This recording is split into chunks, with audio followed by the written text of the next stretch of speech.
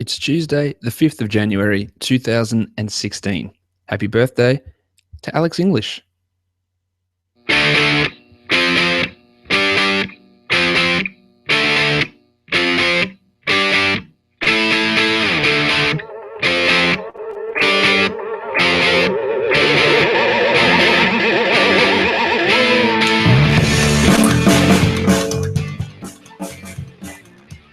Hello and welcome to the Red Rock Fantasy Basketball Monster podcast, brought to you by moneyball.com.au and Nike 2532. My name is Josh Lloyd and you can find me on Twitter at redrock_bball. If you want to be a sponsor of the podcast like Nike 2532, it's very straightforward. Just leave a review on iTunes and you get to be that person who sponsors the show. So thank you to Nike and thank you to the other hundreds of people who have left reviews. It goes so far into helping me improve the show. It goes a long way into helping to me make the show better, which is the same as improving, making it go full-time, better resources, all that sort of stuff, because it can bring on advertisers and bring on people looking to support the show through your reviews. So thank you for everyone doing that. Of course, there's moneyball.com.au, which is Australia's best daily fantasy sports site, and New Zealand's, of course. Go on there for all your NBA DFS action. And don't forget, there's A-League, there's Premier League, there's Big Bash, there's AFL, there's NRL when that kicks off in a couple of months' time. So everyone who wants to jump on board with Moneyball, there's a lot of fantasy fun to be had there every single day. All right, we are back and we're ready to talk some NBA. There are 11 games to kick off the week on Monday. Let's get to it. My finger was a little bit fat there to push the button. Michael Bolton said the word, so let's get going. The monstrous line of the night is Rajon Rondo. 43 minutes for Rondo in a massive, massive win for the Kings over the Thunder. 13 points, 9 rebounds, 19 assists, 5 steals. He had a block. He went 5 of 11 from the field, which is okay. You don't love the 3 of 8 from the free throw line, and you also don't really love the turnovers, but you know me, guys don't necessarily have to contribute in all these areas. And you know that Rondo is going to be big on turnovers. You know that he's going to be big on free throws. So everything else he gave you was brilliant. 9 rebounds, 19 assists, 5 steals, a block, good field goal percentage from him, and some solid points. A really good night from Rajon Rondo. So he is my monstrous line of the night. There were plenty of other guys that I could have given it to, including a couple of players, or at least one or two in the same game as this one. But Rondo is the guy for me. He's had a much better season than I was anywhere close to thinking he'd be like. He's back to his almost prime Boston days. He's averaging more assists than what he has since the 2011-12 season. He's averaging more points since then. The most 3-pointers he's averaged basically in his career. His rebounds are back up to career high level. His steals are back up as well. The last time he's averaged 2 steals a game was back in 2010-11, and he's almost at that at the moment.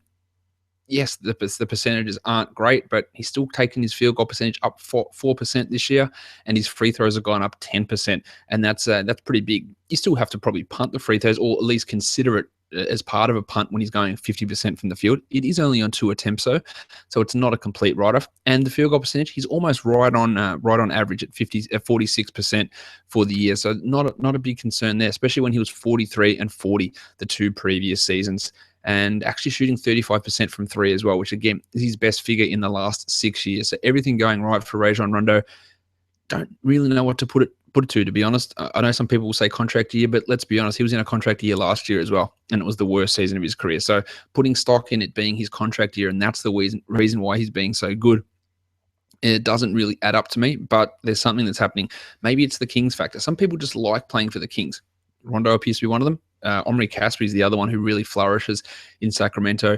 Maybe it's just that. Maybe it's playing with Boogie. Maybe it's playing with Rudy Gay that's helping his game. But everything is working real well for Rajon Rondo at the moment. So congratulations if you drafted him. And I remember I did draft him in 2 leagues on the same day. And after I did that, I did a podcast, and then I looked back and was shaking my head, going, "What the hell am I doing? Drafting Rajon Rondo in 2 leagues?" It's worked out pretty well for me. And everyone else who ended up drafting him. He's been fantastic this season. The waiver wire line of the night for Monday goes to Ish Smith. Now, somehow he is only owned in 60% of leagues. I'm going to assume that's because 40% of leagues are inactive, but still, he might be around still. 30 minutes for Smith, 21 points, 4 rebounds, 11 assists, and 3 steals. Yes, he was coming off of two poor games, and he's shooting is going to fluctuate. He went 9 of 16 here, which is great. The 2 previous games, he was about 5 of about 40, it felt like. Wasn't quite that level, but he was hurting your field goal percentage significantly. But what he does is provide great assist numbers. He's giving you 7 assists a game over his last 7, 12.5 points, 1.3 steals, and actually shooting a surprisingly high free throw percentage, considering he was a 60% guy last year, 56 the year before that, 43 the year before that. He's currently sitting at 79 this year. But finding those sort of assists, coupled with some nice rebounds and some nice steals, and add it with the occasional high-scoring game, it's very not as very. You shouldn't be leaving Ish Smith on a waiver wire. He should be owned everywhere. He's grabbed the starting job in Philadelphia. He doesn't look like he's going to give it up anytime soon. There will be some nights where it's shaky, definitely, because the shot won't fall and he'll do some odd things. But overall, we pretty much know that Ish Smith needs to be owned. And I'd be shocked if anyone who's listening to this podcast, if Ish Smith is available in their league. If he is, please go and rectify that and make that change. The young gun of the night. This is another guy who should not be owned. Who should not be unowned anywhere. Rod Hood of the Utah Jazz has been turning it up a couple of notches lately. 35 minutes for Rod, 23 points. He hit 5 triples. He had a rebound, but the 7 assists is what's great there. A steal, 6 of 9 shooting. Really, really great. The birth of Rod Hood Jr. did not impact his production. Over the last week, he's a 20-point-a-game guy at 3.8 triples, 5.5 rebounds, 4 assists, 0.8 steals, 0.8 blocks. To say he's a must-own player is an understatement. He's really thriving without Alec Burks. He showed this sort of potential towards the end of last season, and he is looking like a legit player. And the guy where he was drafted, I think the 23rd pick, he looks like he's going to be, 23rd pick. He looks like he is going to be, or has the potential to be a real, not even only a solid player, like he could develop into a star player. So for now, Rod Hood's a guy, well, not for now, he has to be owned. I've owned him in quite a few leagues this season, and I've held on to him for all year. I haven't really dropped him, I don't think, in any leagues. No, I wouldn't have dropped him if I owned him. And now it's starting to come to fruition, and we're looking at a guy who could potentially end this season as a top 75 player. That's the sort of potential that I see in this guy at the moment. The only problem I have with him, injury proneness. He does have some injury concerns, nagging foot issues which bothered him most of last season, and he started off this year with a couple of problems as well. But otherwise, everything is full steam ahead for Big Rod. The dart of the night, Bob Cove. Robert Covington played 7 minutes, had 1 rebound and 1 assist, and missed his only field goal attempt and missed his only free throw attempt. He is just massively struggling. Now, before the game, Brett Brown came out and said that he's a little bit down. Yeah, he is a little bit down. He's shockingly down, to be honest, at the moment. Really, really struggling. Look, his seasonal rank, he's still 73rd on the year because he had a massive red-hot start. Everything is dropping off for him at the moment. We know that he's got significant potential. We know what he can do, but it looks like he's being phased out for whatever reason in Philadelphia, whether that's the addition of Colangelo, whether that's the addition of Mike D'Antoni, but things have been trending definitely in the wrong direction for Bob Cove. And if there's someone else you want to move on to get him, I don't think he's necessarily a must-hold. If you go 14-team leagues, then yes, I'm definitely holding on to him. But in some other leagues, in 10-team leagues, I reckon you could probably move on. I'm personally holding him in a 10-team league that I own him because I'm sitting 3rd and going pretty well. But we'll see how that plays out at the end of the week. I might not end up holding him. We'll see. In the 12-team league, it's touch and go. It depends really on who you're adding, but by no means is he a lock-in, must-hold sort of player, which is really unfortunate because we know the potential that he has. We saw earlier this year that 8-steal game that he had. He can hit buckets of threes. He scores. He gets rebounds. He's normally a really good free throw shooter. Everything is falling completely off at the moment. I wouldn't be surprised if there's something off the court that's bothering him, because this sort of just massive drop in everything, it doesn't just seem like he forgot how to play. Maybe last year was a complete fluke.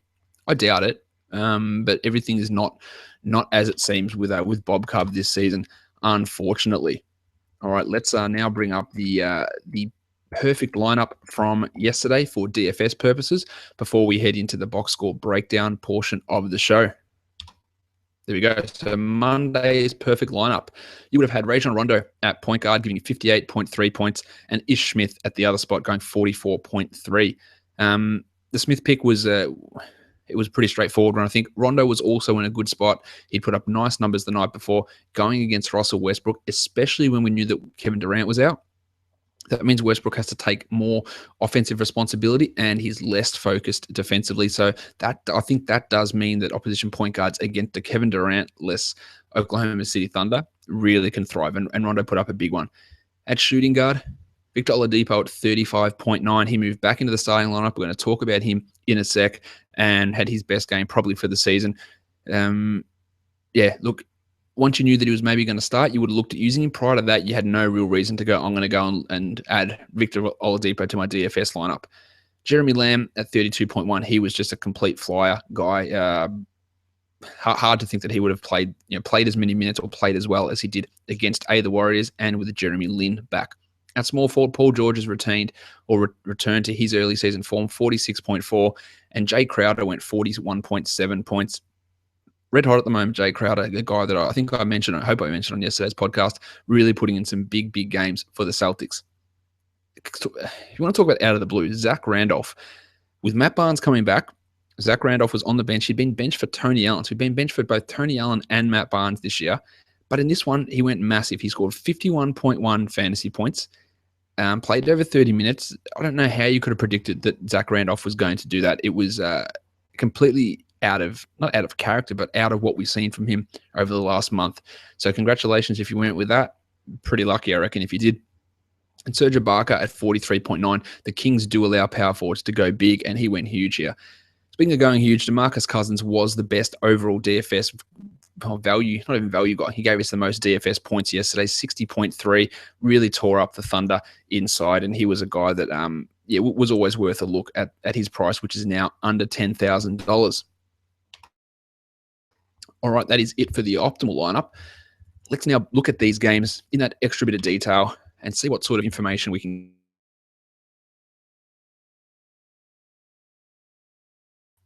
Here we go.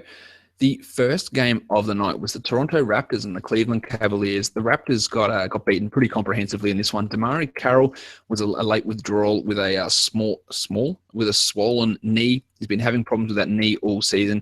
Not only is it causing him to miss games, it's also causing him to play pretty shit house, to be honest. He hasn't been great, and we know his potential. We know what he did in Atlanta, but there are two things that are preventing him from reaching that sort of level. A, he's not in Atlanta anymore, and B, his knee. In his last 6 games, he's only played 24 minutes a game, less than 10 points. He's shooting only 40%, which is actually higher than the 39% he's shooting this year. And that's coming from a guy who was at 49% last year. He is shooting 29% from the free throw line in his last 6 games. He is way off.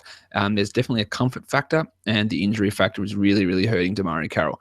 Is there anything that's improved from him from last year? His scoring is down. His three-pointers are marginally up. Rebounds down. Assists down.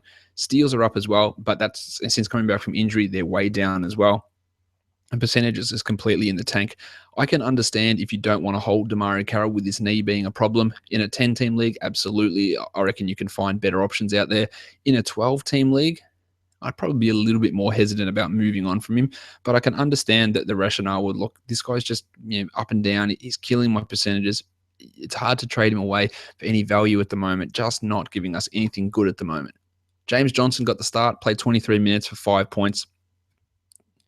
Even if Carroll remains out for a bit of time, James Johnson, Corey Joseph, Terrence Ross are going to get most of the run and split it to a degree. So I don't think Johnson's a must-add. Ross went back up to 28 minutes and had 6 points with 3 steals. He was putting up good numbers when Carroll was out. So in a 14-team league, if he happened to be dropped, I'd go and add him and maybe consider it in a 12-team league, but probably not.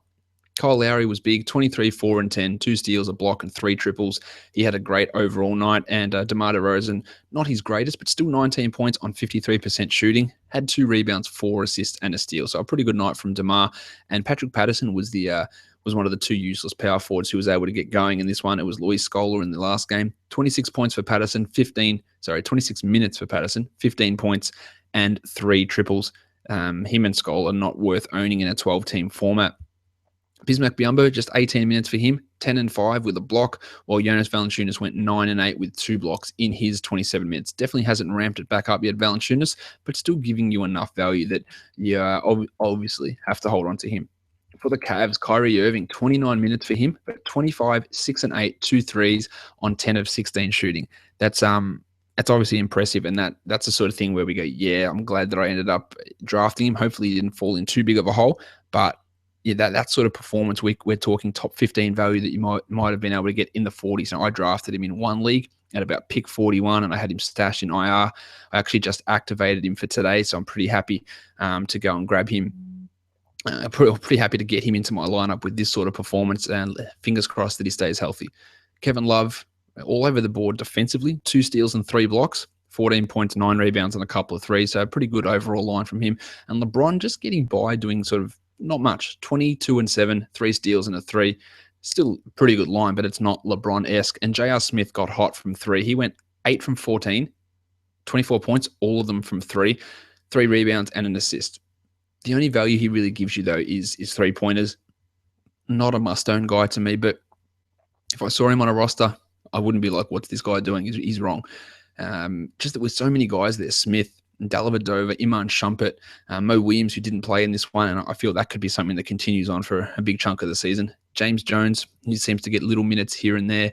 It's going to limit Smith's upside. And if he's not getting hot, then he's not going to do much. And he'll have his minutes limited because they'll just go to Delly. They'll go to Shumpert. They'll go to Jones. They'll go to Jefferson. They'll go to Jared Cunningham. Williams will get in the rotation. There's just so many guys who can play the 2 and the 3 in Cleveland at the moment. Tristan Thompson still started 31 minutes, 14 and 11 with a block for him. Next game, the Minnesota Timberwolves and the Philadelphia 76ers. Oh, geez, this was not ideal for the Timberwolves. Anthony Towns battled early foul trouble, ended with 4 fouls in 25 minutes. Wasn't his greatest night, 8 and 6. I thought that he'd want to get out there and really show Jahlil Okafor, whose boss didn't. Unfortunately, the fouls bothered him a lot and was restricted early. And Sam Mitchell just continues to confound me with what he does with this team and the rotation. Still no Kevin Martin, and Zach LaVine's minutes are going down. 18 minutes for LaVine here, 5 points, 2 assists, 2 steals. Really hard to continue to hold him. This is like 5 or 6 games in a row for LaVine where he's doing nothing, and you might be missing out on someone else. I'm okay moving on from him. Nemanja Bjelica played 21 minutes. Yep, good. 5 points and 3 assists for him. Andrew Wiggins, just the 16 points, only played 25 minutes here. Wiggins, 3 rebounds, 2 assists, a steal, and 2 blocks. Actually better production from him than what you normally get. But Shabazz Muhammad was probably the biggest winner here. He played 34 minutes. Had 20 points, 3 rebounds, an assist, a steal, and a 3. The problem with Muhammad is that he needs big minutes because all he gives you really is points and rebounds and a decent field goal percentage. He's like a TJ Warren sort of guy. And is he going to be in a position to get 30 minutes going forward? I would say not. So I don't think that we're looking to add Shabazz Muhammad in any standard formats. Gorgie Jeng bounced back with a nice game, 14 and 8, 2 steals and 2 blocks. And he's continuing to get consistent minutes, so I am pretty happy with that. And Rick Rubio, 7 points for him, 10 assists and 3 steals. And, of course, 3 of 11 from the field. That's pretty standard for him. Let's check in on Tayshaun Prince. What did he do? Yep, nothing. Oh, that's not true. He had 8 points in his 20 minutes that is taking 20 minutes away from someone else. And, of course, Sam Mitchell, he had to bring Andre Miller in to play 11 minutes and give Tyus Jones 2. Why? Why? Just play Tyus Jones. The game was over. Let Andre Miller do his coaching in the locker room. Let him be mentor. Don't play him over a guy you're trying to develop. Stupid. The 76ers, TJ McConnell has played his way into the backup point guard role, definitely. 18 minutes here, 9, 4, and 6 from McConnell with 4 steals and a 3. So a really nice overall line. I don't think that we need to be concerned about him in standard leagues, though. But Kendall Marshall didn't play at all, and Isaiah Cannon went to the bench and played just 10 minutes here. With Cannon going to the bench, Nick Stauskas got the start. He's been getting close to 30 minutes for the last couple of games. He's not doing that much with it, though. 5, 4, and 3 with a triple, so don't need to get too excited there. And Jeremy Grant started at the 3 alongside Jahlil Okafor and Nerlens Noel. Now, Okafor was bad, 10 and 3 for him with 2 steals and a block, and Jeremy Grant was worse, 2 points, 3 assists, and 2 blocks in 22 minutes. Now, both Okafor and Grant provided defensive numbers, but overall their line was not impressive. The Sixers went big. Be interesting to see how long they stick with that with Grant at the 3, if Okafor is going to continue to start with Noel. Now, the thing we really wanted to notice was what did Okafor do to Noel's value? Well, Noel was still pretty good. 31 minutes for Nerlens, 10 points, 9 rebounds, 3 blocks on 5 of 6 shooting. You're very, very happy with that with Nerlens. And hopefully this Ish Smith pairing is what's really driving him, not necessarily the absence of Okafor. And we saw that today that Noel played way more minutes than Okafor and was a lot more productive and is the better fantasy option by a considerable distance. Hollis Thompson also returned to action, but I'm sure so many of you care about that. The Boston Celtics and the Brooklyn Nets. No Avery Bradley, and he's with no timetable to return. Brad Stevens, I'm sure you're shocked at this, but Brad Stevens actually tinkered with his lineup. It's a massive, massive shock. Jared Sullinger went to the bench, and my boy Kelly Olynyk moved into the starting lineup. Olynyk played 34 minutes, which I loved. I didn't love his production, but 34 minutes is great.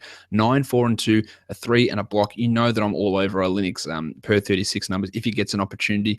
I am not stupid enough to think that 34 minutes is going to be his normal allocation. He'll probably play 24 in the next one, but I'm all over getting Olynyk and hoping that it works out in the right direction for him because he's their best big man. Now, Sullinger moved to the bench, and he'd been terrible, but had his best game in a long stretch. 18 minutes for Sullinger, 12 and 10 with a 3 and 3 steals. Hard to really own him if he's only going to get 18 minutes, but that production's great. So if you didn't drop him, hold on. Amir Johnson's a guy that you have to start considering. I picked him up in a 12-team league yesterday. He played 28 minutes, went 12 and 4, had a steal, 2 blocks, and was great with his field goal percentage. He's normally a pretty decent free throw guy as well. He can occasionally hit threes and really starting to work his way back in, even though he's dealing with that plantar fasciitis and has had chronic ankle injuries over his career. Jay Crowder, I mentioned him earlier, 25 and 6, 2 threes, 3 steals, 1 block. Really turned the corner this year. He was decent last year, but I think people got excited about his play last year, and it never really showed up in the stat sheet. But this year, he's been fantastic. He's a career highs in basically in every single category. He's putting up career high numbers. He's becoming more of a dominant player in this team, and just looks as a fantastic fantasy asset. Evan Turner's probably the big winner of the Avery Bradley injury.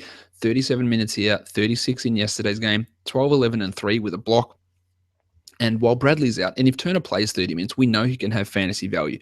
He gives you good rebounds, pretty good assists, can occasionally get a steal, doesn't do much in many other categories, but his ability to give you 5 or 6 assists can be key. So I'd be looking at Evan Turner in lots of spots, at least until Avery Bradley returns. Isaiah Thomas went 19, 3, and 7. That's a pretty stock standard night from him.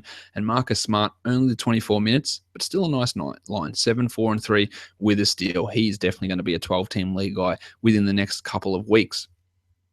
Good to see also that David Lee didn't play. I'm sure David Lee's family, who is listening, and David Lee himself won't be glad for me to say that it was good that he didn't play, but he doesn't need to play. Get your Repco out there for some minutes.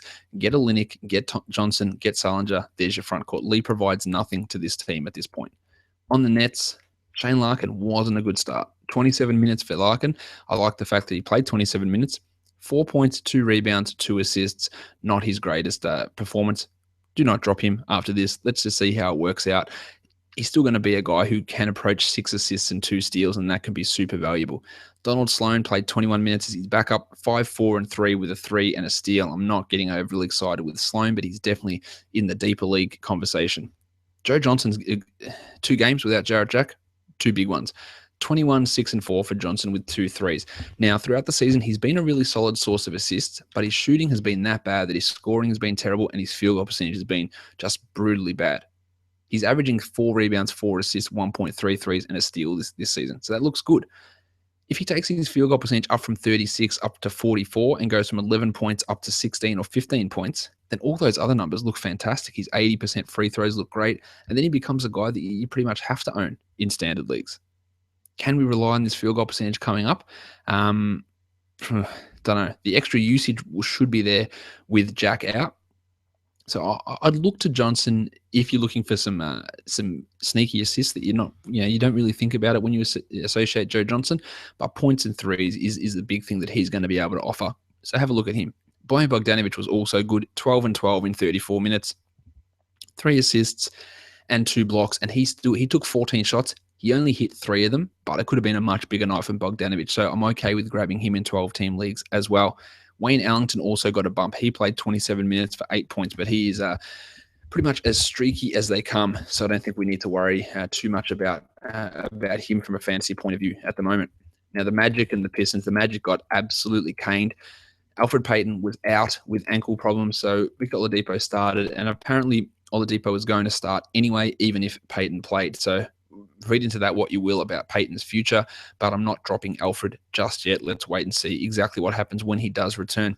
Oladipo's best game in a while. 18, 7, and 5, hit a 3, had 2 steals, and went 7 of 11 from the field. And this is exactly what his owners were wanting, for him to get out there and him to get unleashed and play 34 minutes or 35 minutes. And he did it, and let's hope it's a consistent thing.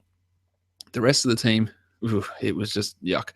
26 minutes for Evan Fournier, 0 points, 2 rebounds, 2 assists, 2 steals. Nick Vucevic went 16, 3 and 3 in 24 minutes. He was restricted by Skiles' rotations. Channing Frye played 14 minutes, but Aaron Gordon another 25 minutes. And it's so hard to know, is this the truth, or is it the fact that they're getting their ass kicked so often that he's getting these extra minutes? Don't know. 25 for Gordon, didn't do much. 2 points, 3 rebounds, 1 assist, but he does have upside. So if you're in a spot where you can, say you've got an extra bench spot or you're cruising at the moment, the potential's there for him, but I wouldn't let him just sit there for too long if he can't turn 25 minutes into something productive. Shabazz Napier got some extra run here, 27 minutes for him, 10 points, 2 threes, 2 assists, and 2 steals, and he has some sneaky short-term value in some 14-team leagues. Andrew Nicholson also had a pretty good game after really fading away, 14 and 7 with a couple of threes. Don't get too excited about Andy Nicholson. On the Pistons, KCP, Kentavious Caldwell-Pope, 21 and 6 and had 5 triples. A good night from him. But probably the story that everyone wants to hear about is Brandon Jennings playing 18 minutes, had 17 points in that 18 minutes, 6 assists, 3 threes, and a steal. That's great. And look, if you get that in a 12-team league, you love it. But it's only 18 minutes. The idea of that being replicable in 18 minutes is foolhardy to me. I don't think that's possible. I've said it for a while. In a 14-team league, he absolutely has to be owned because he does have 21, 22-minute upside, I think. But that sort of upside is not enough for a 12-team league. Look, if you're sitting pretty and you're at the top of the league or you really need some assists, I can understand adding Jennings. But guys who hover in the 18 to 21-minute range aren't normally standard league contributors. And I think that's where Jennings is gonna sit. The Pistons had this one under control, so they were able to empty their bench a little bit and get some of these guys some extra run. Reggie Jackson played just 26 minutes, but don't think that's because he was benched for Brandon Jennings. He went 14, 3 and 7. All you need to look at is that Marcus Morris played under 30 minutes, Andre Drummond played under 29 minutes, and Ersan Ilyasova played just 28 minutes. And these are guys who are consistently pushing 35, 36, maybe not Ilyasova so much, but Drummond and Morris, they're the big minute brigade. And when they're getting 6 minutes less, you know that it's because the game is pretty much under control. Ilyasova, 10 and 4 with 2 threes and 2 steals. Just another solid line for him. I think he should be owned in pretty much all leagues. And Stanley Johnson, 6 and 7, added 2 steals and 2 threes, and just another 25 minutes for him. He just keeps getting these 25-minute runs and not ready to break out just yet. But let's just watch this space. I think with I've got his name, with Stanley Johnson. The Indiana Pacers and the Miami Heat, another good game from Paul George, 32 and 7, 5 threes, 2 assists, and 2 steals. Still hurt your field goals, going 12 of 29, but the slump looks to be over for the time being. So that's great news for him and his owners. CJ Miles had some issues with his shoulder, lasted just 7 minutes, 7 points and 2 threes. He'd been dropping off a little bit. The injuries do happen with him quite often. So if there's someone you want to go and add in a shallower sort of format, yep, that's okay. Lavoy Allen got the start in this one with Miles. Let's try that again. Lavoy Allen got the start in this one because George Hill was out. Sorry, Monte Ellis played at point guard. Miles moved down to the 2, and Paul George moved down to the 3. So Allen played 23 minutes and went 2 and 2. Nothing exciting there. Jan Mahimi played 33 minutes, and that's encouraging. 13 and 9 with a block. I'm a pretty big, and that's a very relative term, fan of Jan Mahimi, but I think that he has value in 12-team leagues. And Jordan Hill just gets it done. 10 and 12, a steal and a block. His upside is limited because of these other guys like Allen and like Miles Turner, who played just 7 minutes here. But he gets a lot of rebounds. He gets a high field goal percentage, and that can be useful if you use it in the right spot. Monte Ellis had a really good game at point guard, 17, 3 and 9. You love those 9 assists and was really efficient as well. He's been up and down this season, but definitely one of his better performances. And Rod Stuckey played 30 minutes, went 12, 5 and 3. Not an efficient night, though, for Rodney. On the Heat, Hassan Whiteside was out with a knee bruise, so Chris Bosh played most of his minutes at centre. They made the token start of putting the Birdman, Chris Anderson, there. Played him just 10 minutes, but in essence, they went small with Bosh at the 5. Bosh played 42 minutes, went 31 and 11, had 2 threes, a steal, and a block, and he's having a very, very underrated season.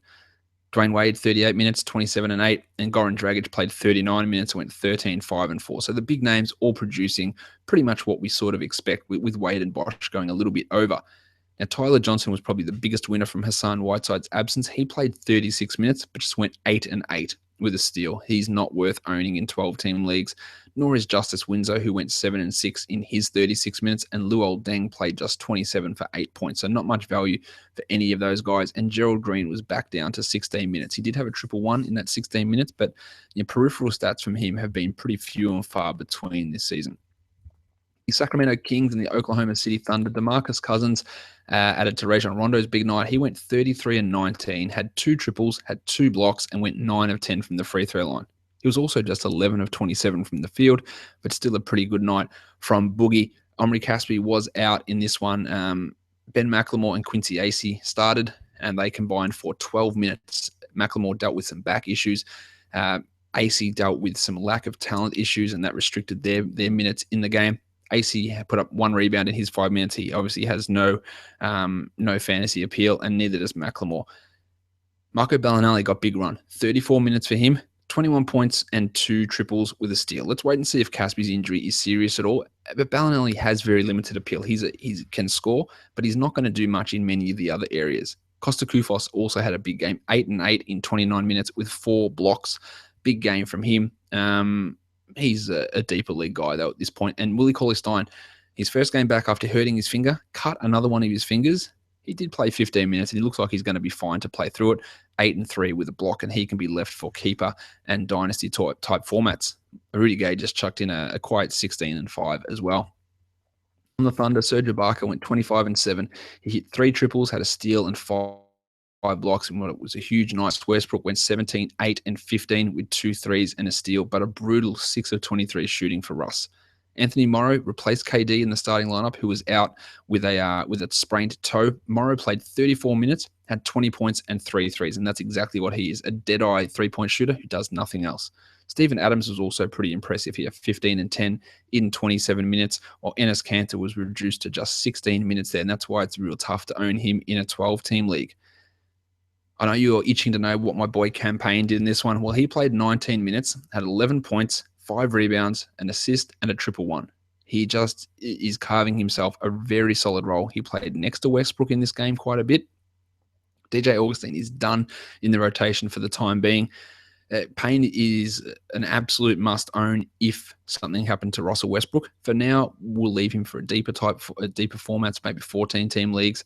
But he just has an uncanny knack to rack up fantasy stats. And if he's pressed into a 30-minute role, if he was on the Philadelphia 76ers, there would be some crazy, crazy lines coming from him. I am convinced. Maybe I go a bit overboard on Campaign. Maybe that's my next jersey that I buy, a Cameron Payne jersey. But he is, for fantasy anyway, he has got a ton of talent. And I think he's going to be a really good NBA point guard. Really good. Mitch McGarry, another guy who's a real good fantasy point per minute or fantasy per 36 guy. He was back in the rotation, played just 2 minutes. But yeah, don't think we care too much about Mitch McGarry. San Antonio Spurs and the Milwaukee Bucks. Jesus, the Spurs just killed them again. They kill everybody. It's amazing at the moment. Kawhi had 24 points, 2 steals, a block, and 3 threes on 9 of 12 shooting. This guy is just insane.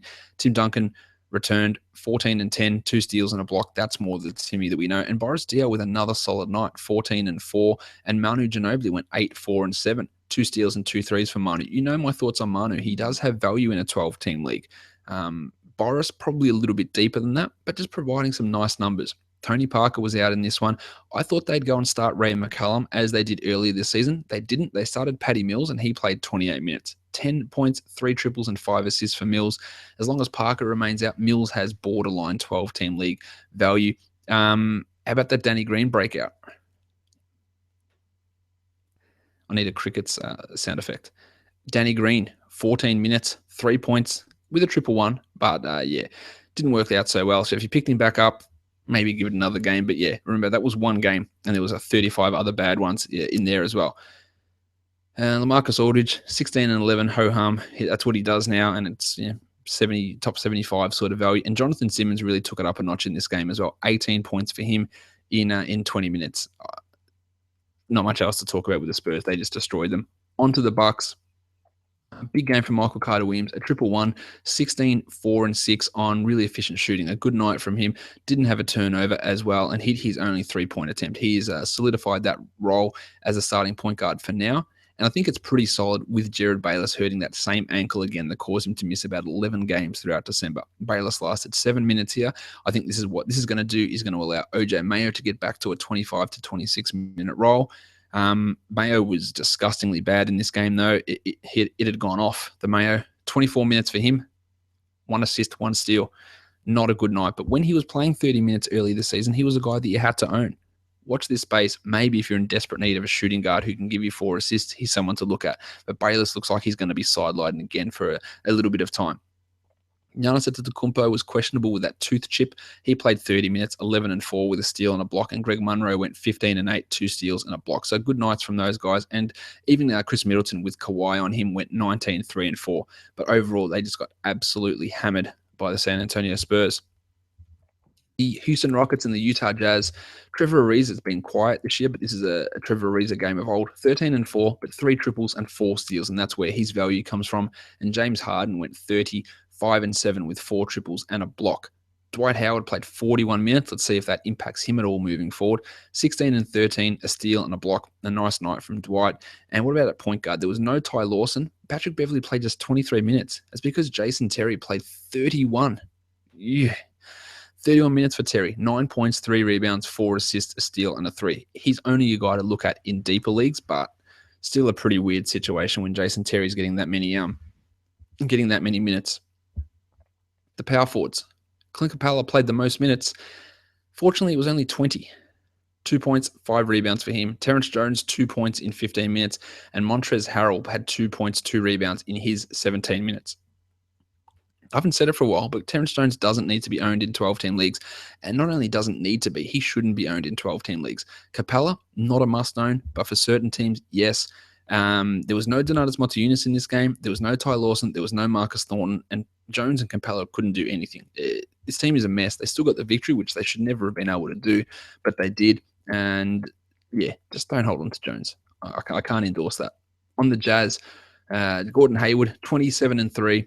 3 threes, 3 steals, 1 block, a great all-round performance, and no Derek Favors again. Jeff Withey just dominating and destroying souls. 35 minutes for Withey, 8 points, 11 rebounds, 3 steals, and 3 blocks.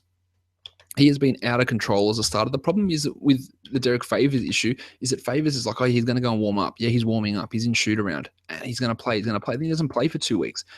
Withey has played in the last 7 games, 27 minutes a game, 10 points, 8 rebounds, 1.5 steals, 2.5 blocks. That's superb value. But basically, if Derek Favors was a game time decision every one of those games, you can go and add Withey, but does it last for the rest of this week? Who knows? Who knows what they're going to do with Favors? For one that was supposed to be a game time decision, 1 game, it stretched into a pretty significant back injury. And we know that back injuries can be troublesome. So what do we do? If you've got a spot, go and add Withey in case this thing lingers even further. My guess that he's back Favors sometime this week, but I've been thinking that for a week. Hull Neto played 19 minutes, wasn't good, and Trey Burke played 29 minutes and went 10, 5, and 3. That's a pretty average sort of line from him. Trevor Booker got his standard 26 minutes, grabbed 7 rebounds, and didn't do a huge amount with that, which is pretty much come to be expected at this point. The Memphis Grizzlies and the Portland Trailblazers. I don't know what to say about the play of Zach Randolph here. He's been bad all year.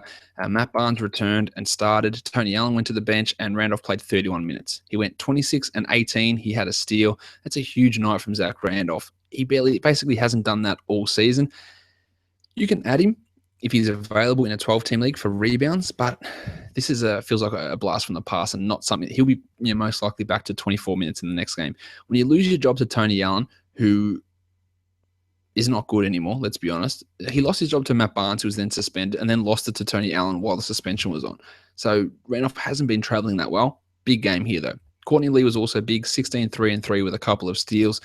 Very hard to rely upon him. And Mike Conley, he was dealing with some back issues before the game, only played 26 minutes, and that allowed Mario Chalmers to play 22 and go for 10.6 assists and 2 steals, while Conley went 9, 2 and 4. So not a great night from Conley, and not a great night from Jeff Green, who went 6 and 6 in his 29 minutes. Matt Barnes returned. 26 minutes as the starter, not a great amount of minutes. 3 points on 5 missed shots, so that's obviously not ideal. But 6 rebounds and 3 steals. He's going to be a defensive guy, steals, some blocks, some 3-pointers, a 1-1 sort of guy. And I still think that he should probably be owned in 12-team leagues. But there's just a lot of guys there. Lee, Allen, Barnes, Green, Chalmers throwing his hat in there. Randolph now coming back as well. There's a lot of guys there who's probably going to limit Barnes' upside somewhat. On the Blazers, Al-Farouq Aminu had his best game for quite a while, 15 and 14 with 2 threes and a steal. And Damian Lillard finally returned. He was bad, 4 of 14, not good shooting. 17 points, 2 threes, 7 assists, and a steal, though. It still helps you out. CJ McCollum returned to normalcy, 16 points with 4 assists and a steal. And Alan Crabb still played 32 minutes off the bench with Lillard back. 9 and 6 for Crabb with a steal. He's not someone that I want to own in 12-team leagues. Myers Leonard down to 16 minutes. That's yuck. Mason Plumlee, just 23 minutes. That was also yuck. I still think that Plumlee should be owned, and Leonard is a borderline guy to me.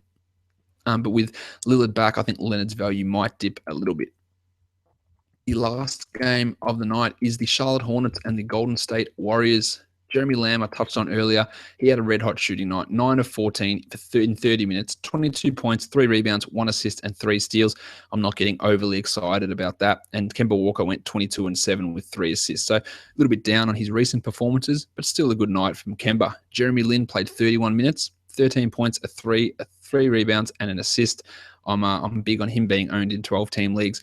And Spencer Hawes returned from his back issue, but Cody Zeller still played 28 minutes, and Frank Kaminsky still played 26. Zeller, 8 and 10 with 2 steals and a block. You know my thoughts on Cody Zeller by now. Kaminsky, 6, 5 and 3. He's more for deeper leagues. Marvin Williams, 8 and 6 in his 30 minutes. Not the biggest Marvin Williams fan, but you still have to keep holding him at this point. Draymond Green had his 3rd consecutive triple-double, 13, 15, and 10. He had a 3, he had a steal, he had 2 blocks. He's been absolutely incredible this season, Draymond. Another big, big night from him. And Steph Curry returned. Didn't think he was going to play, but he did, and he played well. 30 points, 3 rebounds, 4 assists, 2 steals, and 5 triples. So back in business for him, while Clay went 35 and 3 with 6 threes and another block. So the big names really kicking things off there. Now, Harrison Barnes made his return from that ankle injury that cost him basically all of December. Just 20 minutes for Barnes, 8 points and a block. His minutes will ramp up, but he is not a guy that I think is a must go and grab Harrison Barnes, because his upside is limited by the other players on this team. Andrew Bogut played 30 minutes, 2 points, 6 rebounds, 3 assists, and 2 blocks. So not a bad sort of performance from him. And he can only be owned in certain situations, but not many 12-team league teams will want much to do with Andrew Bogut. Sean Livingston, interestingly, was limited to just 8 minutes in this game for 1 assist. He'd been getting consistent around 20 minutes even when Curry was playing, but they went with more. They gave Maurice Spates more minutes. Obviously, Barnes was back. Ian Clark got 18 minutes.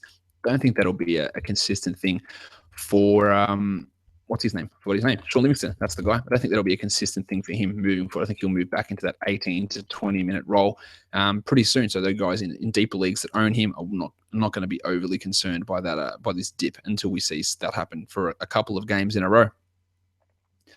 All right, that does it for the daily roundup of games. Yeah, daily summary of games.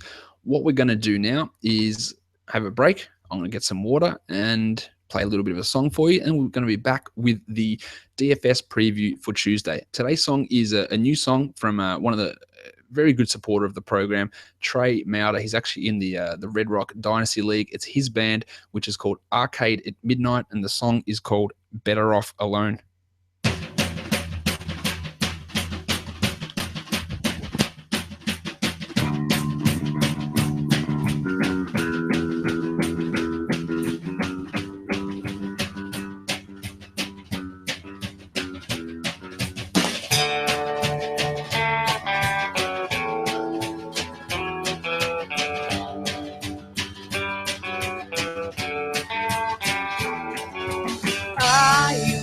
Now I had a dream of you on that cold September night.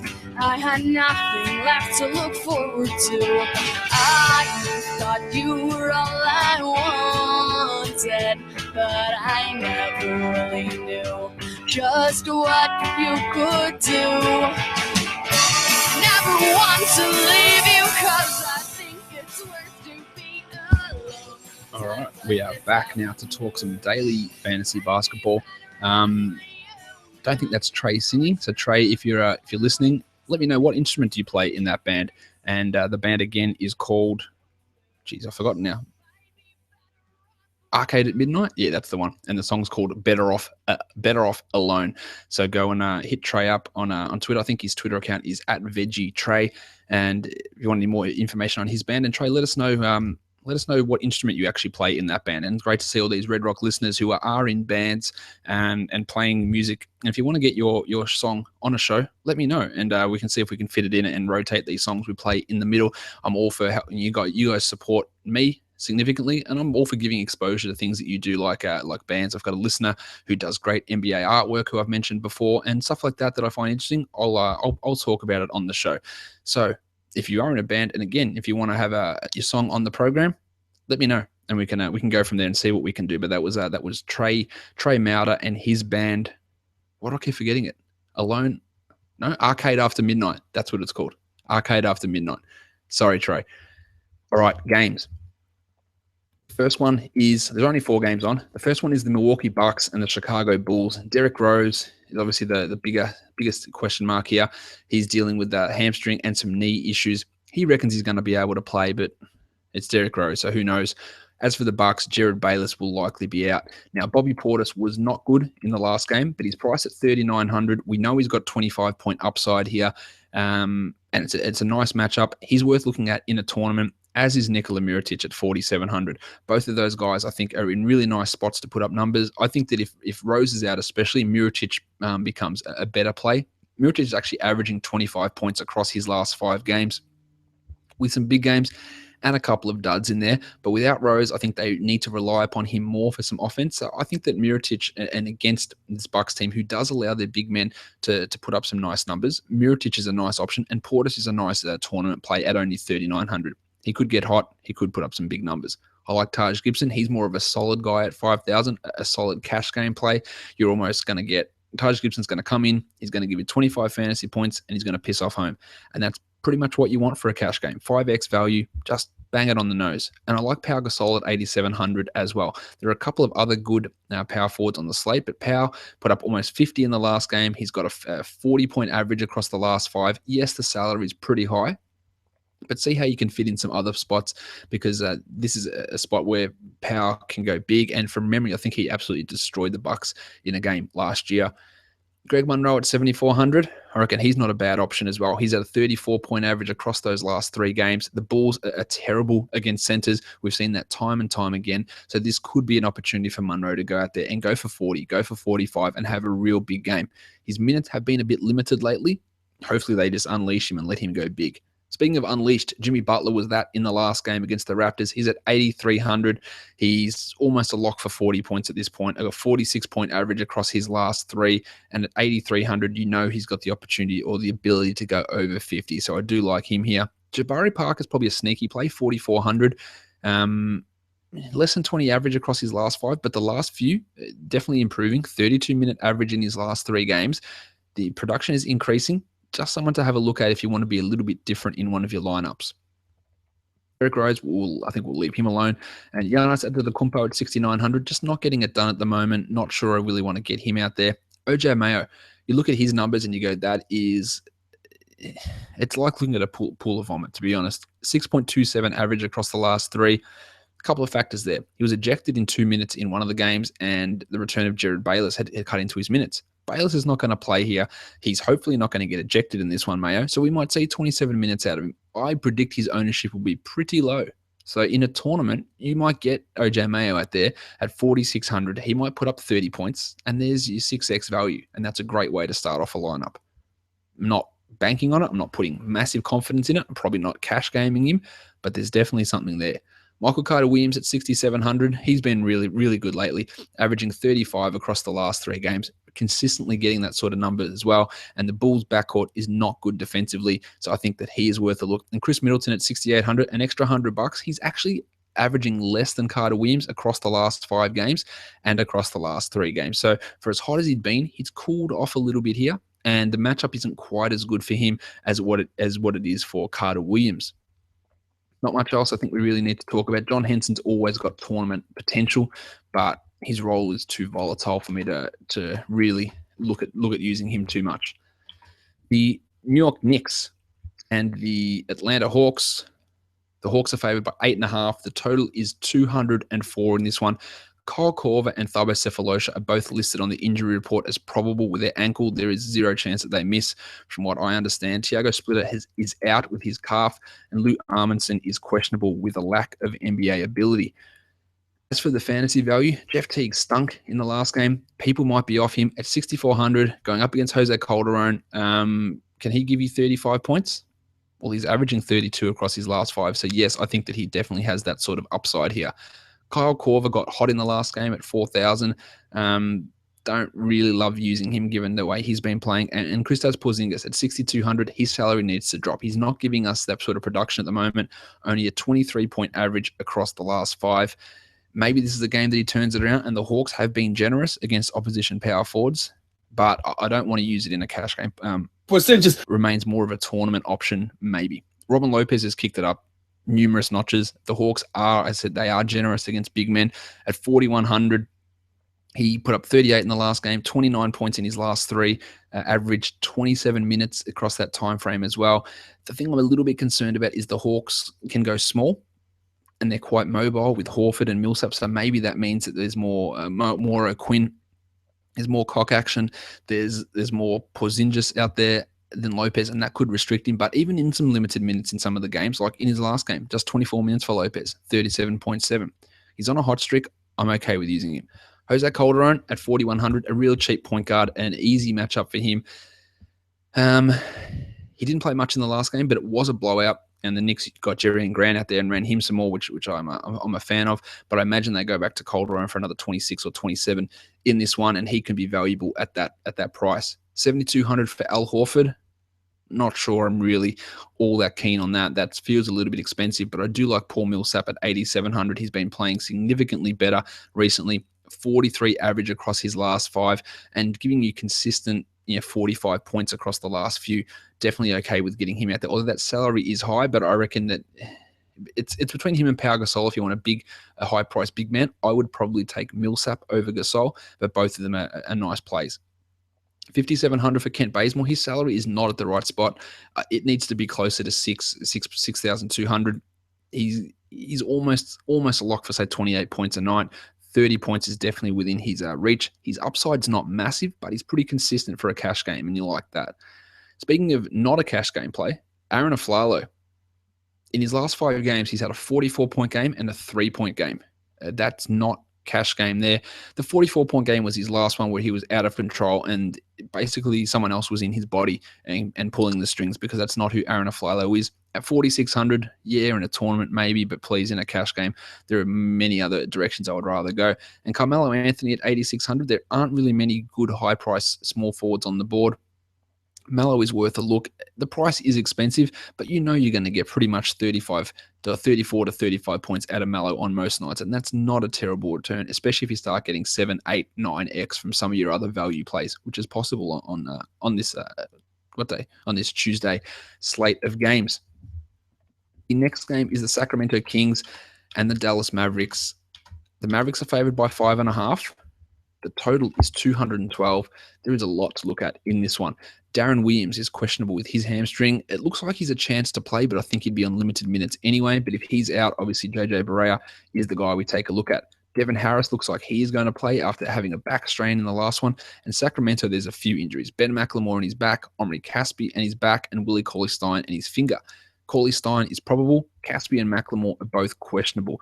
Now, obviously, if the one you want to look at there is Caspi, because if he misses, then Ballinelli becomes a guy to have a look at. But Ballinelli at 3,800, he put up 26 points today. He's actually averaging 27 across the last three. The Mavericks are not a great matchup for shooting guards, but he's definitely worth looking at. If Caspi is out of this game, I'd be looking at adding Ballinelli in a lot of situations to allow you some extra salary. Chandler Parsons has been letting people down left, right, and center, but this is a very nice matchup. The ease ranking for him is fantastic. He's at 5,100. It's not a high salary. Prior to this stretch of about 3 games where he's been terrible, he'd been putting up massive numbers. So I'm okay with using Chandler Parsons here. JJ Barea at 4,600, more of a guy if Williams is out, but even then, if Williams is out, definitely he's someone to look at. And Wes Matthews at 5,100. I do like him a lot. The Kings, again, they're very, very fantasy friendly. We saw what Anthony Morrow was able to do today for the Thunder, and Matthews could be, well, he's Anthony Morrow, but better. So at 5,100, to get 5x value, he gives you 25 points. We know that he can get hot and give you 35, 36. So there's significant upside with him. Boogie Cousins, 9,700. Salary hasn't adjusted. Dropped 60 today. He's averaging 48 across the last 3. Love him as a high-priced center. Dirk at 6,900. I don't think I want to get too involved with him, but the Kings do allow power forwards to go big. Serge Ibaka went massive today. Could Dirk do it? Yeah, he's got potential, but I don't think I'd invest too highly in him. Rudy Gay at 7,000. That salary feels too high. Rajon Rondo, 7,800, put up 58 points today. It is a revenge game. It is a massive revenge game for Rajon Rondo. He seems like the kind of asshole who would really enjoy getting revenge on someone. He's heading back to Dallas. There's going to be boos coming out of nowhere. He could lose his shit and be out of the game in a minute, or he could put up 25 assists. Rajon Rondo, it's 7,800. It's under 8,000, which I'm happy with. This has got revenge game. I'm a prick. I'm going to kick your ass written all over it to me. I think there's massive value in Rajon. Actually, not massive value. I think there's massive potential for him to have a big game. He could also go completely ass up and he gives you nothing. And that is a risk that could happen, definitely. Zaza Pachulia has been strong lately. 6,600 is his salary. And amazingly, his lowest score in his last 5 games is 31.9. That is amazing. His highest score is just 33.8. But he's 32 points every single game, basically. And 32 points at 6,600, it's almost right on 5x value. So you can look at Zaza and think, I'm going to get 30 points, and it's very hard to say that out of a lot of guys. If Williams is out, Ray Felton might get a little bit of a bump, but he hasn't been really giving us too much lately. And not much else to really talk about in this one, I don't think. The next game up, the Golden State Warriors, the Los Angeles Lakers. The last time these two teams met, it was murder. I would imagine it's going to be again. Kobe Bryant is questionable with his shoulder, and D'Angelo Russell had to leave practice with a sore throat. On the Warriors, Leandro Barbosa is the real only injury we need to pay attention to here. But using guys like Steph Curry at 10,700 when they could have limited minutes, same with Draymond, same with Klay Thompson, it's very risky. The matchup is brilliant for them. Brilliant if they play. Now, the Lakers are nursing a 3-game win streak. Does that mean they're good? No. But do they keep it close enough that these guys have to play? It's really hard. It's really hard to know. Now, the salaries have gone up. 9,700 for Draymond. He's been smashing that value. But if he plays 5 less minutes, it's going to be hard. Steph Curry at 10,700, that feels too high for me. Yes, he put up 41 today, but he needs to go for more than 41 at that sort of salary. And the matchup is brilliant, but does he play, especially with this sore, or does he play enough with this sore shin? And they said there's still a lot of bruising in the shin, which didn't sound great today when they spoke to coach. Is it Jason Collins or Jerron Collins? I don't know which one it is that they spoke to. So he's still got bruising in his shin. That doesn't sound good. I imagine they'll ease him in a little bit in this game. And Klay Thompson at 7,600, he's probably the guy I feel a little bit more confident using out of those players, but still there's a big risk factor associated there. Jordan Clarkson at 6,100 has been playing a lot better lately. 28-point average across his last 5. Not a great matchup for him, though, so I'll probably steer clear. There are other guys I would use. D'Angelo Russell on the bench, sore throat, no thanks. Lou Williams at 5,700. He's been great lately. I can see using him as being a definite great option. Kobe at 6,900 is too high. Harrison Barnes at 5,200, coming back from injury, no thanks. Julius Randle at 5,600. Just too sporadic with the minutes. Larry Nance at 4,300. I like it. He's got a 26-point average across his last 5. He put up 32 in the last one. The minutes are trending up. The production's trending up. I think that Larry Nance is a really good, cheap option for today. Definitely someone that I'd be considering. Brandon Bass at 3,800. Yeah, maybe in a tournament. You could see Byron Scott giving him 30 minutes. Not the most ideal matchup, or not the most ideal play. And Andrew Bogut at 4,300, just not returning value, even with Festus Ezeli out. And Ezeli should be back for this game. Andre Iguodala at 4,900. Look, the matchup looks good for him, but with Barnes back, with Rush back, with Barbosa perhaps back, they could restrict Iguodala's minutes in this one, and that's not a situation that I'm all that keen on using. All right, that is it for the podcast, guys. I'm going to bring up the daily fantasy plays of the day on the screen. At point guard, Jose Calderon, 41, Teague, 64, and Rajon Rondo, 7,800. At shooting guard, OJ Mayo, 46, Wes Matthews, 51, and Jimmy Butler at 83. Small forwards, Nikola Mirotic, 4,700, Chandler Parsons, 5,100, and Carmelo Anthony, 8,600. Power forward, Bob Portis at 3,900, Taj Gibson, 5,000, and Paul Millsap, 8,700. And the centers, Robin Lopez, 41, Greg Monroe, 7,400, and DeMarcus Cousins, 9,700. That does it for today's podcast, guys. Make sure, if you are listening to the podcast, subscribe on iTunes. It is very, very straightforward. Go and do that and leave a review. It is awesome. And remember, if you're in a band and you want your song on the show, let me know. I'm always happy to promote stuff that you guys do because you have been fantastic supporters of the program. Follow Basketball Monster on Twitter at BaskMonster, and the website is Basketball Monster, where you can check out all the brilliant tools that we have over there. Great forums, great discussions, fantastic daily and seasonal tools for your use as well. And hardwoodparoxysm.com, churning out quality articles day after day. The guys over there do a great job, and all the sister sites as well. Nylon Calculus, Upsided Motor, Friendly Bounce, all that sort of stuff, covering the NBA from multitudes of angles. Follow me on Twitter at redrock_bball. We are done here, guys. Thank you so much for listening, everyone. See ya.